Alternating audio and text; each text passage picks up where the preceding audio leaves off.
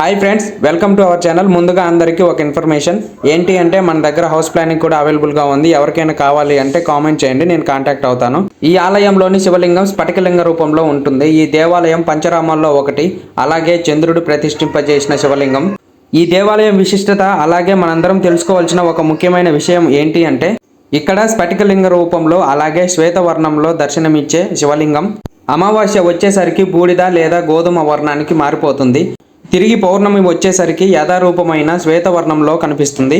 ఇప్పుడు ఇక్కడ మనం చూస్తున్న నందీశ్వరుని నుండి చూస్తే శివాలయంలోని లింగాకారం, అలాగే దేవాలయం ముందున్న రాతిగట్టు నుండి చూస్తే శివలింగానికి బదులు అన్నపూర్ణమ్మదేవి దర్శనమిస్తారు. ఈ ఆలయ ప్రాంగణంలో మొత్తం 5 నందులను దర్శించుకోవచ్చు.